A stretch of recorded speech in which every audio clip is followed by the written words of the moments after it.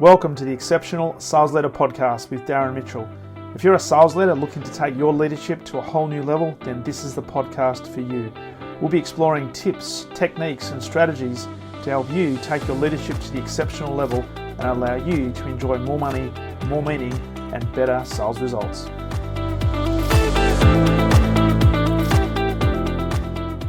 Welcome back to the Exceptional Sales Leader Podcast, and a very special welcome to a man coming in all the way from Boston, Massachusetts, although he is in right now North Carolina, Mr. Patrick Joyce, all the way from the US of A. Welcome to the podcast, my friend. Darren, thanks so much for having me on. I'm excited to chat. Looking forward to this conversation. We were just talking before we press record that we've got I would say a colleague, that it's a joint colleague, but you've actually done a lot more work directly with him, Mr. Justin Michael. So we'll talk about a book that you guys have released around Sales Manifesto, and I'll talk about the title shortly.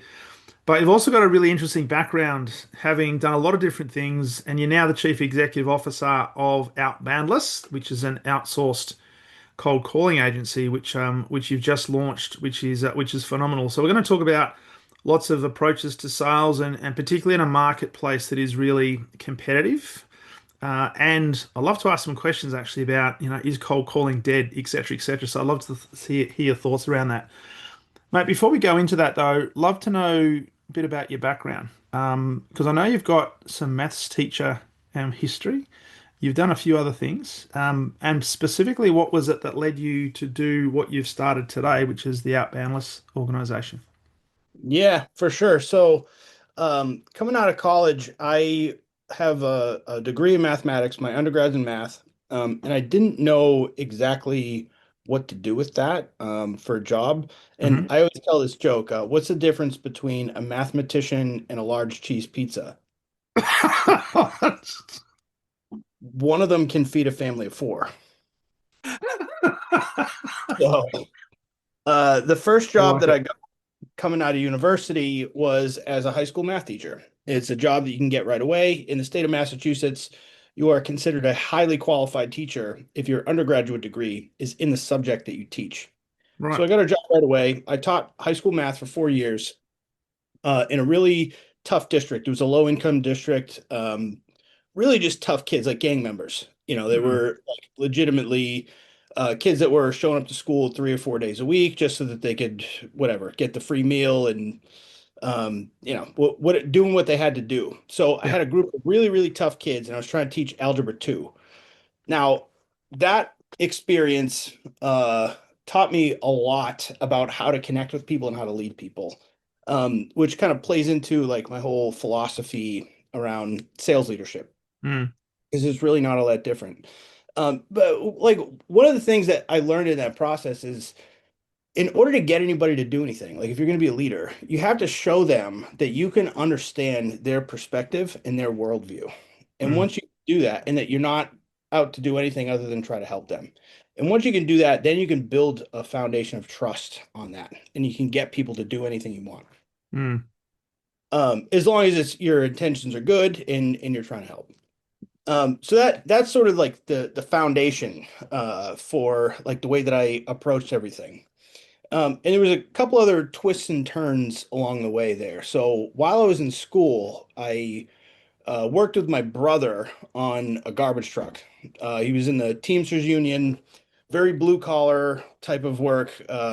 He was the truck driver. I was the guy on the back putting the trash in the truck. And my brother, he was the shop steward for the Teamsters Union, which is an elected position. He's sort of um, the intermediary between the workers and the union reps and management. Hmm. And the way they got to that position was by helping everybody. Like I worked with him all day for 2 years. His phone never stopped ringing. And he Yeah. was always like finding side deals or extra shifts or finding, and stuff was coming to him and he was giving it out to everybody in his network. And that's how he had so many people around him that looked at him like he was the man of the people. Mm. So I really took that approach. I took that attitude with me to B2B tech sales. So that's sort of a side quest in the background story, which is an important part. So I taught high school for 4 years. I met my wife there. I wasn't the best teacher. Like I was good at explaining the concepts and connecting with the kids, but there Yeah. was just a lot of other stuff like classroom management and keeping track of everybody's papers and grading the stuff. I'm not the most organized person in the world.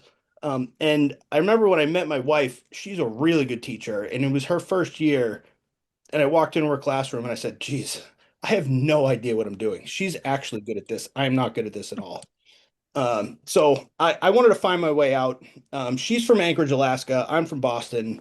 Couldn't be further apart in the United States. Mm. So we moved to Seattle together. We lived together in Seattle. Lived there for 8 years, and I wanted to get into tech. I thought I was going to be an actuary. I actually thought I was going to use my math degree to, do statistics for insurance Yeah. companies.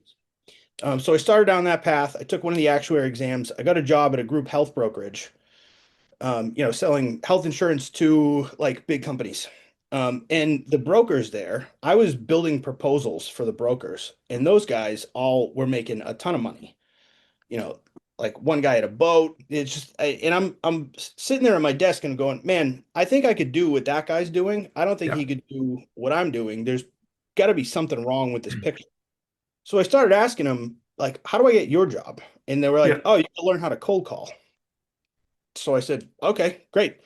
I started selling life insurance out of my bedroom. So I was working full time, and then I was going back to my computer and loading up a list of life insurance leads and, with an Excel spreadsheet and Yeah. copy pasting each of the numbers into a Google Voice and calling people on and trying to set up appointments. I did that for a little while, kind of cut my teeth selling life insurance. Really, really tough gig, commission only. But I learned how to cold call. And then I got a few other jobs in insurance. Realized that there wasn't much money there, and I was in Seattle, and I was like, man, there's all these tech companies around. I was like driving Uber to make rent or whatever. Uh, Finally figured out, man, maybe I should go get a sales job at one of these tech companies. So I applied to a couple entry-level sales roles. I applied to, I think, like two or three jobs, and I got one of them right away. Yeah. I walked in, I was 30 years old. I had already had a career as a teacher, and I knew how to cold call. So I get to the tech company. There's a kombucha keg on tap. Like it's across the street from the baseball field in Seattle. It was one of the most fun jobs that you could ever imagine. I mean, it was just super chill. Everybody was having a good time. And I'm sitting there like crushing the phone every day. Because Mm. to me, I'm looking at the phone and I'm like, man, there's $100 at the other end of the line every time somebody picks up the phone when I call them. So I was just like, killing the phone, picking it up 150 times a day, manual dial, right? No parallel dialer. I Wow. was literally Yeah. like just doing the thing. And I got up to the top of the leaderboard, got stuck there right away, did like 8 or 10 months in that role. And then I got headhunted to go work at a startup, a much smaller company. Um, it was, I think 12, I think I was employee number 12, but the Okay. founders were executives from Salesforce and Microsoft. Hmm. The CEO of the company was the chief of staff at Microsoft for like 8 years. So incredible wealth of knowledge sitting down next to those guys for a year. It was a sales ops platform, so territory planning, quota allocation. I had to learn all that stuff in and out, which that in itself, like that 1 year, just accelerated my business acumen way beyond where it would have been had I been in like I don't know, one of those flashy tech companies, Mm. for a longer period of time. Yeah. So I got all this experience, did pretty well there, and then COVID hit, and then they cut back on staff, and I ended up finding another position through kind of a roundabout chain of events that led to one of the guys at the first company had seen me crushing the phone and had moved to this other company, got me a job on an enterprise team. So I was the first business development hire for a team of five account directors selling to the biggest companies in the world. It Hmm. was JP Morgan Chase, Capital One, like eBay, PayPal, that was my client list. So I got that job. They gave me a list of 10 companies that were in that range, like Fortune 50. Yeah. And they said, figure out how to get in. So that's when I hired myself a coach who was the man, the myth, the legend, Justin Michael.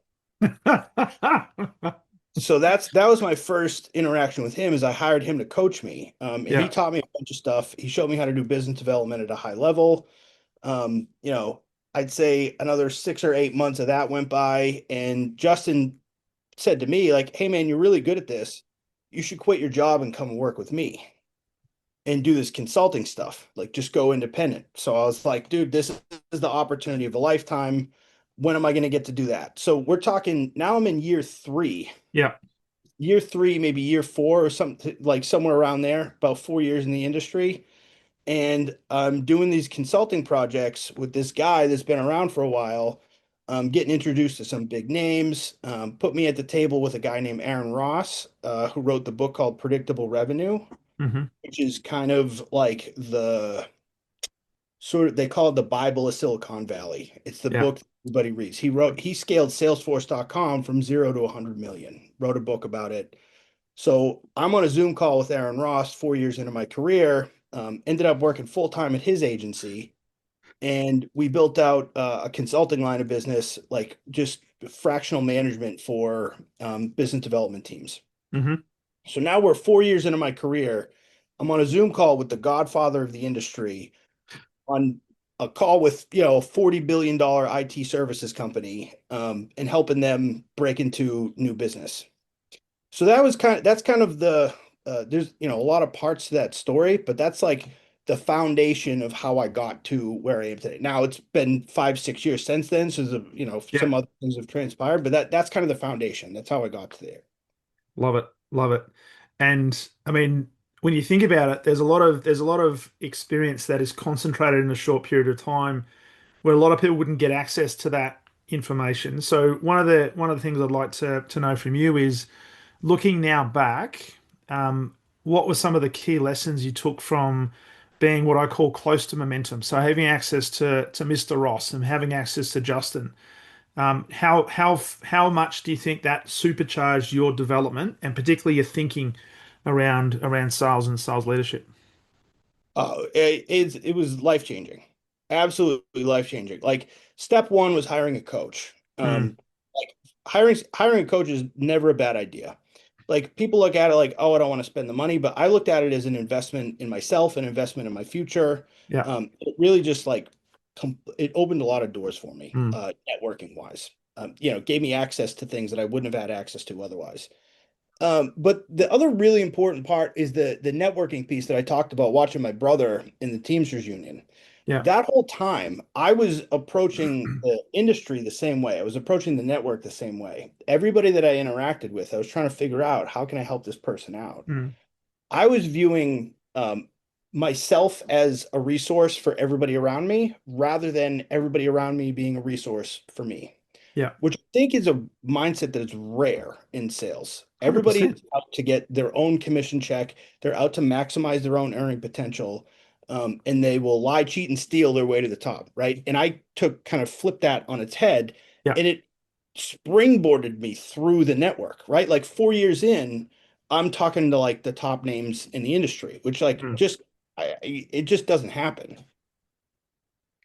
And that's I want to just highlight that principle because you're so right. There's a lot of people out there in sales that, and even internally within business to business organizations, there's an internal competitive mix that's there to say you've got to compete against your colleague to get number one on the list, and therefore you could be competing for leads, competing for regions, competing for internal resources versus, if we flip that on its head and say, well, how can I be a catalyst for change? How can I be a catalyst to help others? How can I help lift others up? How can I serve people? I'll get taken care of. Now, that's hard because you may have had times when perhaps you're doing the work, but the results weren't necessarily there. What made you keep going? Was it the fact you saw your brother build that network over a period of time and you just knew that if you kept on the path, it would turn? Or was there something else that kept you going? Because no doubt there would have been the peaks and troughs along your career, like most people would have experienced. Yeah, like, one is that I had a good example to look at. Like, I'd watched my brother do it, and I knew that I could I had a hunch that I could replicate it. Yeah. But also there were nearly immediate payoffs that were happening along the way. Like as I'm in the first job that I had at the cool place with the kombucha kegs, like the more that I helped out everybody around me, the more the eyes, like the people weren't paying attention as much to how well I was, I was doing well on the leaderboard. I had a lot of meetings and whatever, but I kind of got to do whatever I wanted. Like I came in at 11 a couple of days, left early. Nobody's paying attention to me because I was helping everybody else out. Yeah. They would, I was listening to calls with people. I was running like a team meeting where we were, listening to each other's calls, helping everybody out. I picked out two of the account executives that we were setting meetings for, like put them in a meeting room with me. And I was like, dude, explain to me, how are you guys closing these deals? Like, what Mm. do I say on the phone? And I got them to sort of like download all this information for me. And then I was filling up their calendars and it built a reputation for me being the man.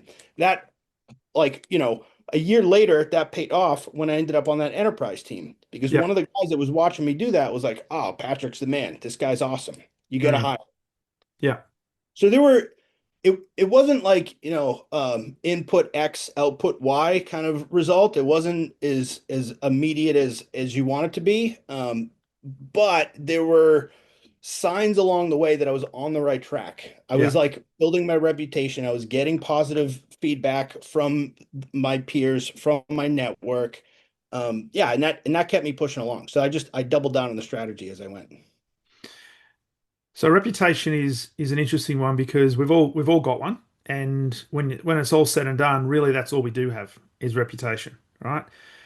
And in the Australian market, I see a lot of whether it be sales directors, even chief revenue officers, and sometimes sales executives and sales professionals move from organization to organization, and there's this trail of destruction.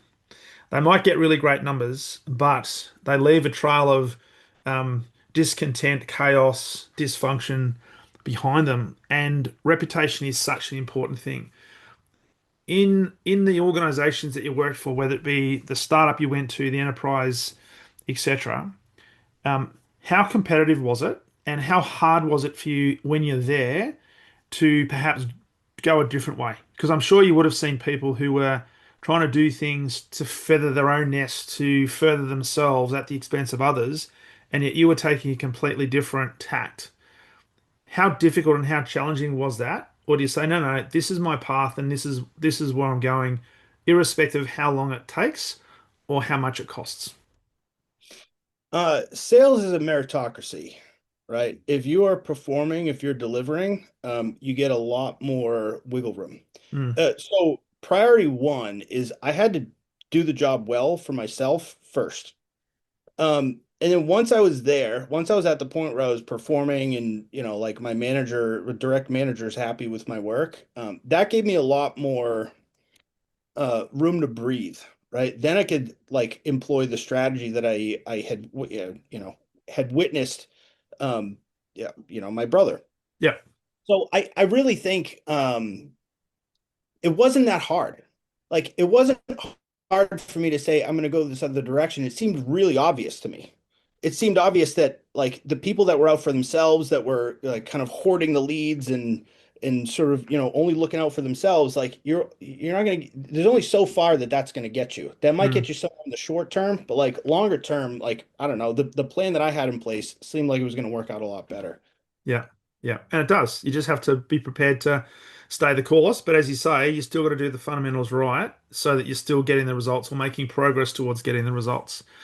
Um, which leads me to ask you around your thoughts around sales and integrity, and we'll get into what you do now in terms of outboundless and cold calling in terms of the agency.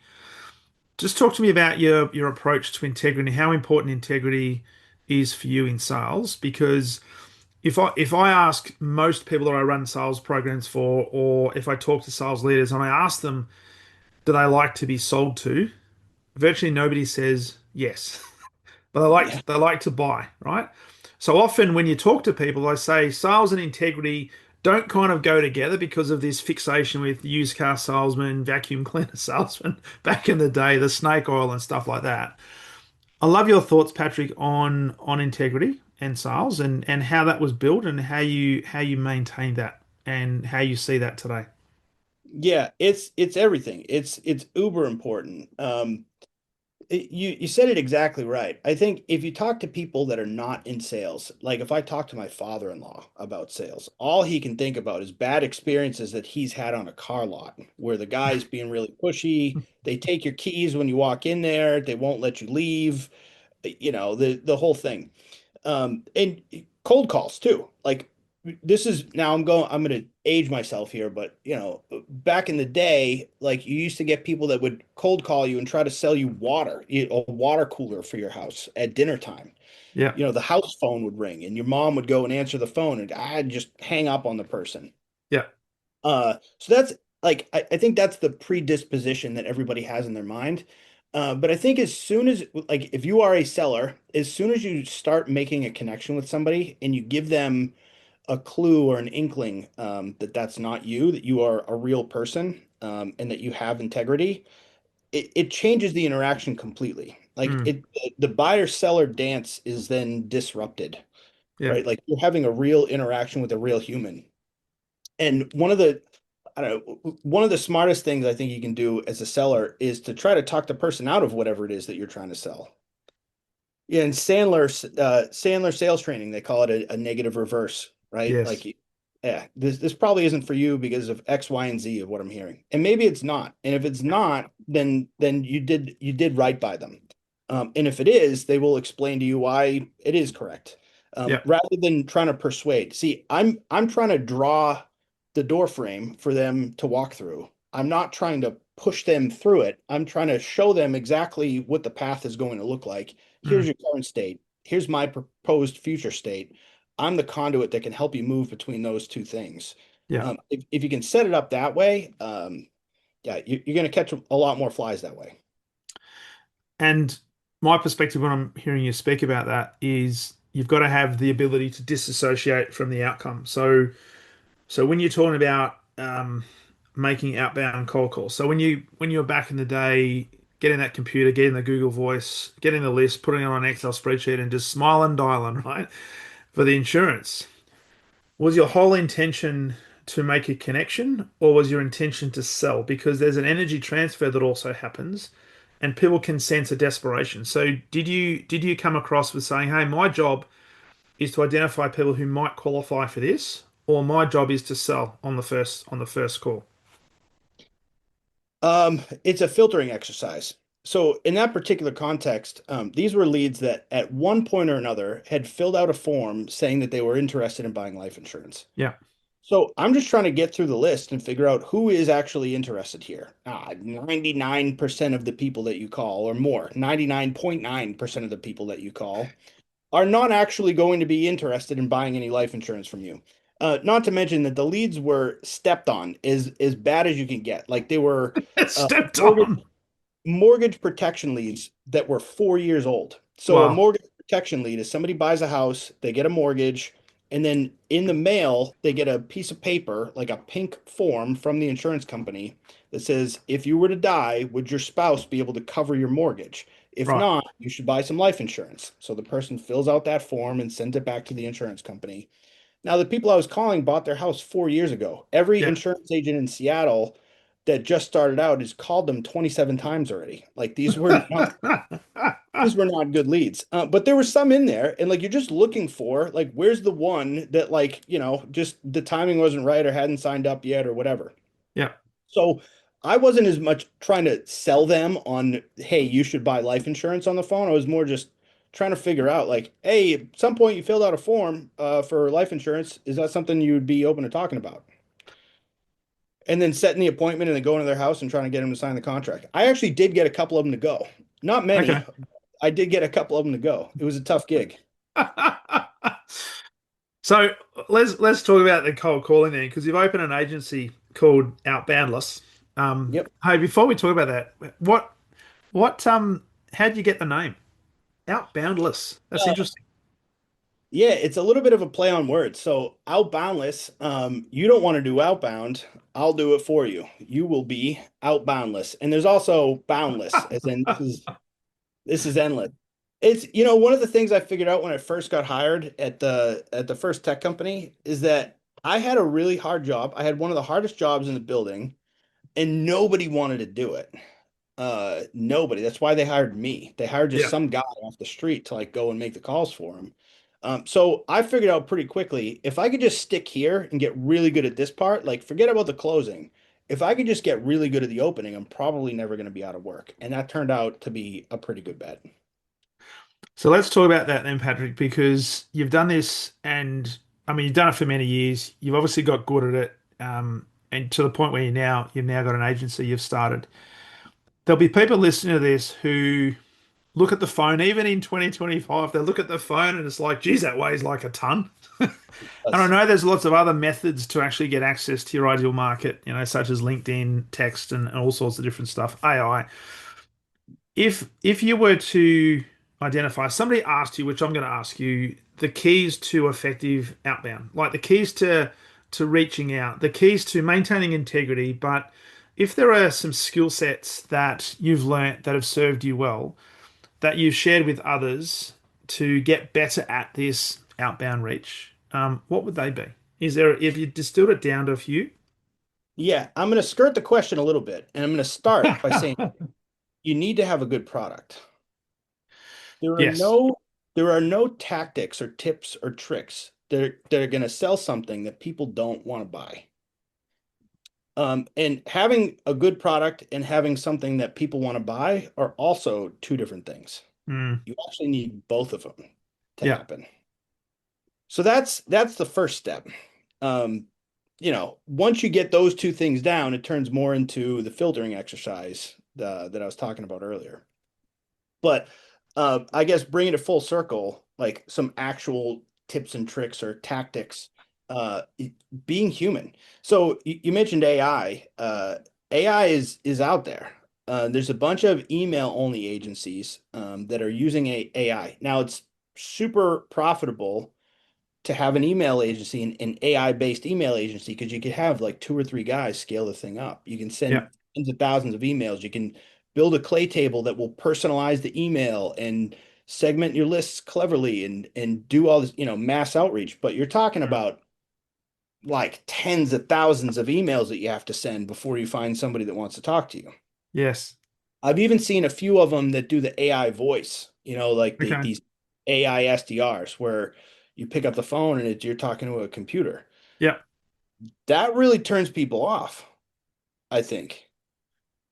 We use a parallel dialer, so it's, calls multiple lines at once and it just connects Okay. you to the first one that picks up. Yeah. Um, there's a delay when you use one of these dialers. But people don't care. Once there's a human voice on the other end of the line, people are willing to talk to you. Now, not Mm, everybody is, but once people generally, once they hear that there's an actual person on the other end of the line, this isn't a mm, recorded message, it's not an automated message. There's a person here that's trying to talk to me. It just lowers their guard down a little bit. The other thing you got to do is you just have to do it. Like, yeah, you're absolutely right. The phone weighs 1,000,000 pounds. It is tough. It's very tough. But you got to get out there and do it. And I think starting is the hardest thing. Like once you get in there and you have a couple conversations, to me, getting the first couple of hangups of the day when, not interested, click, that actually just makes it easier. It's like, oh, okay, I can just go to the next one. I don't even have to try on that. yeah. So yeah, just be a human, connect with the person, know what you're talking about. You have to knowing the product is one thing, knowing how it works, knowing sort of what the lay of the land is, those are all okay. But what you really have to do is you have to understand what is the person on the other end of the line that you're calling? What does their world look like? What does Yeah. it look like from their perspective? What are they trying to accomplish? And Mm, how are they doing it right now? If you can show them you intimately understand that, this goes all the way back to the first part of the conversation with me as a teacher. If you can show the person that you understand that in the first 15 seconds of the call, 30 seconds, um, that will open the door for them to be able to listen to you. mm. They're not going to listen to you if you just call them, yeah, we're an AI startup, we empower, blah, blah, blah, blah, blah. You're done. They're just going to hang up. What you have to do is you have to show them that you have worked with other people like them. They were doing X, now they do Y through you, and you can help them get there. Which means you've got to do your research on the list that you're calling, or at least know something about. especially in the B2B, because you work specifically in B2B. So this is not calling up, mums and pas at night. This is organizations, and obviously there's research that you do, what industry they're in, what sort of problems they're having. So all of that is then geared around how do I build that connection? Because you've only got a few seconds to make that first impression that says to the person, hmm, either this person is worthy of speaking with for the next maybe 5 minutes or not. Exactly. It's exactly right. And the there's a lot of talk about personalization in sales where you're going to do your research on the person, you're going to show them you know them, and all that. I don't think it matters as much as it does understanding their industry, understanding the workflow that they're likely looking at every day. That will lower their guard quite a bit more than if you say, "Hey, I saw you were a Chicago Bears fan," or whatever it is. It's slightly creepy in my Yeah. opinion. You've been stalking me. Yeah, yeah, exactly. But like for example, I've got a client right now that's selling to accounting teams at construction firms. Okay. Hey, we work with other construction firms. Typically, they've got cash flow issues. Their accounting practices look like this. I've got a tool that has helped other people like you save a few hours a month, or whatever. You flesh out the pitch. Mm, But I have a very specific list for mm, construction accounting teams at construction firms. Then I can go to IT services, same product. Hey, we work with other IT services companies. Typically, they have cash flow issues, this and that. Here's a few specifics, right? Like I'm building the talking points of my cold mm, call into like the industry list mm. and the likely workflow that they're in, the software that they're currently using. How are they trying to accomplish the task that you are proposing a different way that they could do it? Yeah. Yeah. It's an interesting thing because I mean, I suffer from this as well. Back in the day, cold calling used to be, the old yellow pages, or in some Hmm. cases, the white pages. There you go, Patrick. You've got page number 25. Just go and smile and dial, baby. Smile and dial. So there wasn't a huge amount of research done on the market that you're calling, and therefore you couldn't make it or at least customized a little bit to at least pique a little level of interest. It was just go through the numbers because we thought, hey, our products were the best. People are going to be falling over themselves, and we'll just if we get through to people, we'll be able to close them. But what we're saying is you've got to do a little bit of research just to make sure that it is specific. And then what is an industry issue? What are some things you've actually delivered for that industry that may pique an interest? But again, keep it to the point where you're disassociated for the outcome. You're simply looking at, as you described really well, it's a filtering process. I've got to filter through to find the ones that maybe qualify, and then we'll see what happens after that. That's exactly it. Yeah. It's exactly Yeah, and like a lot of the tools that are out there now, like I'm most of the advantage that I have in using software, using AI, all that stuff comes in the segmentation process. It's in the list building process. If you take a really good list and put it in front of a sort of mediocre to bad sales rep, they're going to accidentally bump into somebody that wants to buy the thing, Yes. right? Like a broken clock is right twice a day, but it That's has to be on a good list. The list is the right. most important part. Now, if you take an excellent rep and put them in front of an excellent list, then you're, Yeah. off to the races. Yeah. It'll blow up. So it's being really savvy with like I'd say that like the reason I'm able to run my own agency is because of the operation skills that I have. Mm, It's not even necessarily the cold calling tactics. Like yeah. I hire reps to do the calling for me.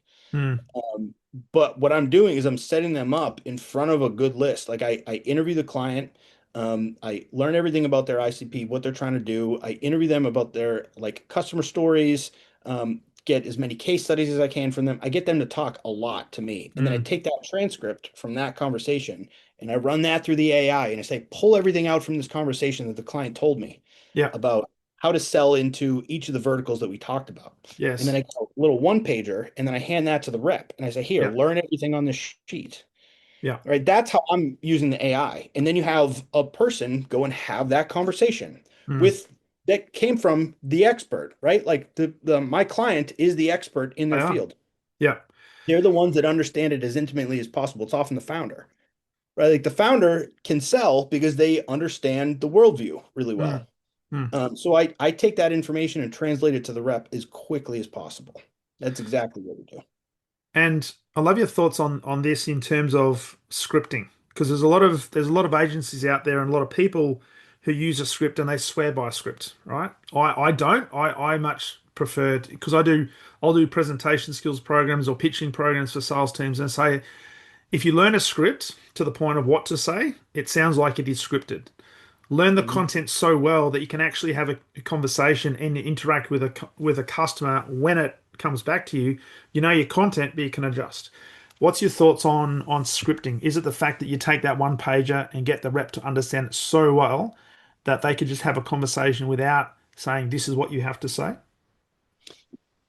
Two things there. Every cold call is like a snowflake. There's no two that are the same. They're never going to go the same way, Yeah, except for the beginning. The beginning part is you opening the call. When I first started selling life insurance, I remember the guy that trained me. He's handed me the lead list. Let me go and call for a day, and then he said, "All right, let's check in, see how you're doing." He said, "All right, let's do a role play."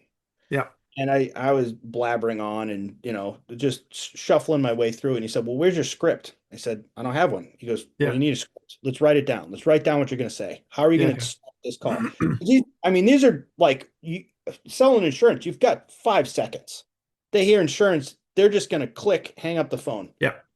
So I agree with everything you said, though, about the way that I look at it is instead of a script, think of it as a framework, Mm, right? Like, here's the beginning part of the call, like, here's the middle part of the call, and here's how I'm going to close it. The beginning and the end are really easy. It's that middle part where it gets a little bit mm, murky. mm, And the script or the framework, I look at it as a road. It's the path from point A to point B. It's going to twist and turn, and there's going to be a bunch of stuff that you didn't expect that'll come up. But as soon as you start getting too far away from that, you're in the weeds. mm. You're in the weeds. You got to get it back to the road. You got to figure out, how do I take this back to the thing that I know how to talk about. So that's how I think about scripting. That's how I think about calling as a framework rather than sort of something that's rote and memorized. Love it because it does sound like for me. And I got a call the other day. I don't know how they get our mobile phone numbers, but they do. And it was from India. Nothing against people from India because I've got a lot of colleagues there and it's a great country. But it just was all full on web development, IT company. It was nothing about me at all. Nothing. The only thing they knew was I had a website. That's it. And it was Mhm. all there was no rapport building, there was no credibility, there was no reputation building, there was literally no questions. And when I started asking them questions, you could tell that they were going by a script, but they didn't know, hang on, this person's actually said something. It's not written on the script. What do I say now? So guess Yeah. what? They repeated the same thing over and over again. Mhm. Yeah, it's exactly what I was going to say. You nailed it. You got to start asking questions. Like a cold call is about finding stuff out from the person who answers the phone. Yeah, You got to figure out, like, are they actually in market for the thing that you're trying to do? yeah, absolutely. It's not about your product, even though you have to have a good product, right? Because part of it's also building awareness of that product in the marketplace. Hey, no conversation with you would be remiss without talking about that book you've recently released with, well, actually it was last year, wasn't it? 2024?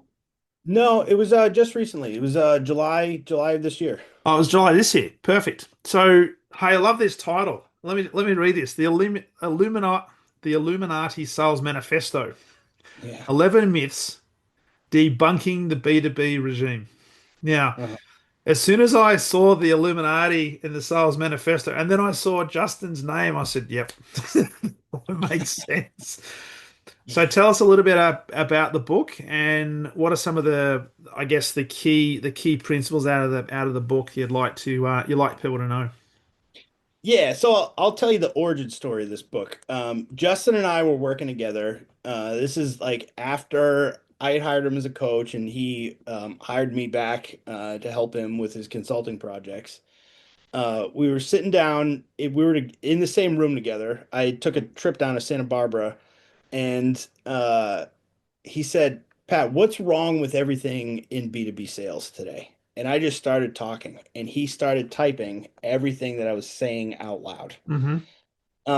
And a lot of what I think, like the main point that we were getting at with this work is that the SDR role, the sales development role, is extremely undervalued, underappreciated, and is treated as a scapegoat.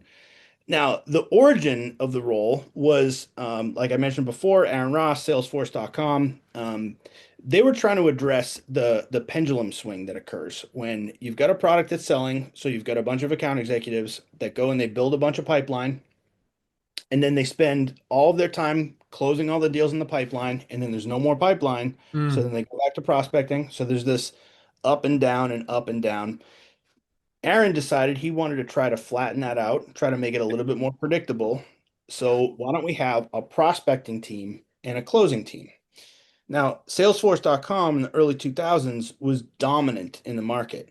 Cloud-based CRM. Nobody had it. Everybody wanted it.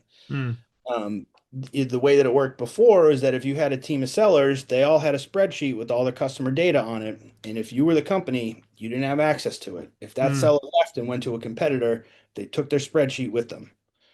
Now, as a business owner, wouldn't you like a copy of that sales rep spreadsheet? That's 100%. that's what Salesforce is, Yeah. right? So you could take a junior rep and have them call people and say, "Hey, don't you want a CRM, a cloud-based CRM?" And everybody was like, "Yeah, sure." So he writes the book, scaled Salesforce.com, became this, multi-billion dollar company. Everybody that had a startup idea in Silicon Valley read that book and said, "Okay, great, I need an SDR team." So they go hire junior reps to sell a product that doesn't have any product market fit into a market that doesn't want to buy whatever they have, Yeah. and it train wrecks. And this has been the last 10, 15 years of B2B sales is teams that are undervaluing, underpaying that role, and that not just the people. There's nothing against like the people that they're hiring. It's not like they're hiring people and they're saying we're going to mistreat them. It's I think fundamentally founders are undervaluing how important that specific function is in a business. Mm, It's the most important thing to be able to go and get new customers that you didn't know you had. mm.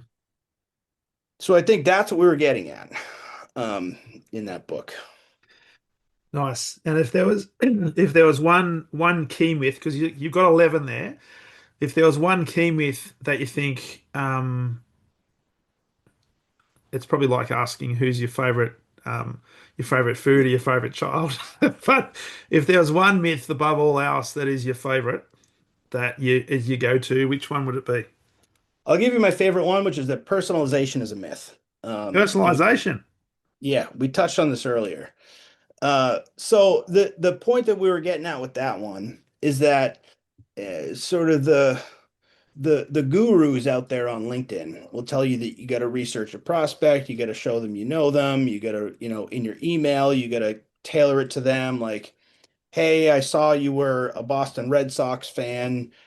Our product will help you hit a home run on your next, revenue goal, just like whatever this Red Sox player hit the home run. And the truth is like that might get you might earn a little bit of extra attention that way, but it's still not going to help you sell the product, right? Like they might the salesperson, the sales leader that you sent that email to might screenshot it and put it on LinkedIn Yeah. and say, "Oh, what a great job this rep did." But that's not helping the person. It's not helping your case for actually selling the Mm, product. Like mm, what's much more important is what we were talking about earlier. Is like understanding the list that you're calling, like having a point of view, understanding the workflow of the person that you're selling into. Uh, Quick aside, I was when I was on the enterprise team selling into the biggest companies in the world. I opened a deal with one of the largest banks in the world. I won't name who it was. But the email that opened that deal was a one-line email. And there was an element of personalization to it, but it wasn't personal to the person. The email was exactly this. It said, "Hey, I saw you had some time at Acme. They're a current client of ours. We helped them do XYZ. Was hoping to go over some similar ideas with you." Hit that's send, it. the meeting, multi $100 million deal in the Wow. pipeline. And when the deal came in, the CRO, we're in a sales meeting. CRO is like, "Dude, where did this come from?" And I said, "Oh, I got it. How did you get it?" I show him the email and he's like, "You didn't even say anything about the product. You didn't do all this fancy personalization stuff." And it's like, "Yeah, it doesn't matter." It's not about the product. Yeah. Yeah. So personalization is a myth. I think that's my favorite one. Love it. Love it. Mate, I love this conversation. We'll bring this into a close. There's one question I did want to ask you because you've started the agency. It's in its early infancies. You've got some clients that are rocking you, and you're kicking some great goals. From your point of view, and it's almost like a loaded question because I think I know the answer anyway. But for you running this agency, looking into the future, um, how do you see the future of outbound? Because there's a lot of people out there that think, oh, cold calling and using the phone, that's ancient history. There's so many more quicker access points to market. How do you see the future of outbound as we close this up? Well, the one thing that the AI can't do yet is pick up the phone and have a conversation with the person. Yeah. So that's why we've zeroed in on cold calling is what we do. Yeah. Like if you want an email only agency, I've got a bunch of friends that run them and they're really good at it, and it's just not what we do. Yeah. Um, One of the other things I think that's different about how I'm running this agency is a lot of cold calling agencies, like you described earlier, you got the caller from India that's reading a script. A lot of them will outsource offshore. They'll go down to Latin America or APAC or whatever, Yeah. get cheap talent that way. And it's a very profitable way to run a business. Yeah. Um, it's profitable because there's an endless amount of companies that want business development services. They want Yes. somebody to do the calls for them. We're taking a different approach here. So I'm taking US based reps. Uh, there's there's something I noticed. I put a job posting out the other day because I'm looking for another rep. I hire contract SDRs, and I make it flexible for them. So they can get through, they could have a different job and like come and work for me and pick up an extra contract. I had 150 people reach out to me in 24 hours that Wow. wanted to do the work. So what I'm noticing here is there's two sides of this equation. The Mm. hard side of the business is finding the client that wants to hire me. Yeah. But sort of the easy side of the business is there's a way bigger amount of reps that have free time in their day that are working remotely that are highly skilled US based reps that have years of experience in cold calling that want to pick Mm. up extra cash by doing this. It's Nice. almost like Airbnb. When Airbnb, made the realization that, hey, there's all these empty houses that people have. Why don't you make some money off of the houses that you're not in, right? Like Yeah. there's all this vacant real estate. So I'm looking at this like, man, there's all this vacant cold calling talent that's not being fully utilized by the companies that they're working for. Like, why don't you just go and tap into that? Love it. Love it. So what we're saying, it ain't going anywhere soon. No, absolutely not. I think cold calling is the one thing that we should double down on with the advent of AI. Yes. Yes. But and when you say cold calling, it's not like you're just randomly calling you're doing some research. So it is targeted. There has to be some level of connection. But it's doing that when they don't necessarily expect a call. But hey, it could be the moment that changes everything at that particular situation. Absolutely. Cool. So Patrick, hey, I love this conversation. For people who want to know more about you and connect with you and learn more about what you're doing at Outboundless, where's the best place for them to go? Find me on LinkedIn, Patrick William Joyce on LinkedIn. Send me a message, send me your cold call script, and I'll review it for you. Okay, awesome. I'll put all that in the show notes, mate. Hey, it's been an absolute pleasure, and thank you for adding value. And yes, I'm gonna have to reach out to Mr. Monaco and see if we can get him on the pod as well. That'd be awesome, mate. Thanks a lot for being on the podcast. Yeah, no problem. Thanks for having me.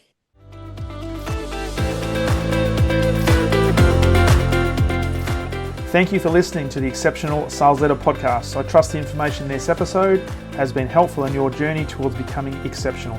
And remember, please take the time to rate the show, subscribe to the show so other people can find it. But also, if I can help you, jump on my calendar, go to leadwithdarren.com and let's have a conversation about how I can help you along your journey to being exceptional.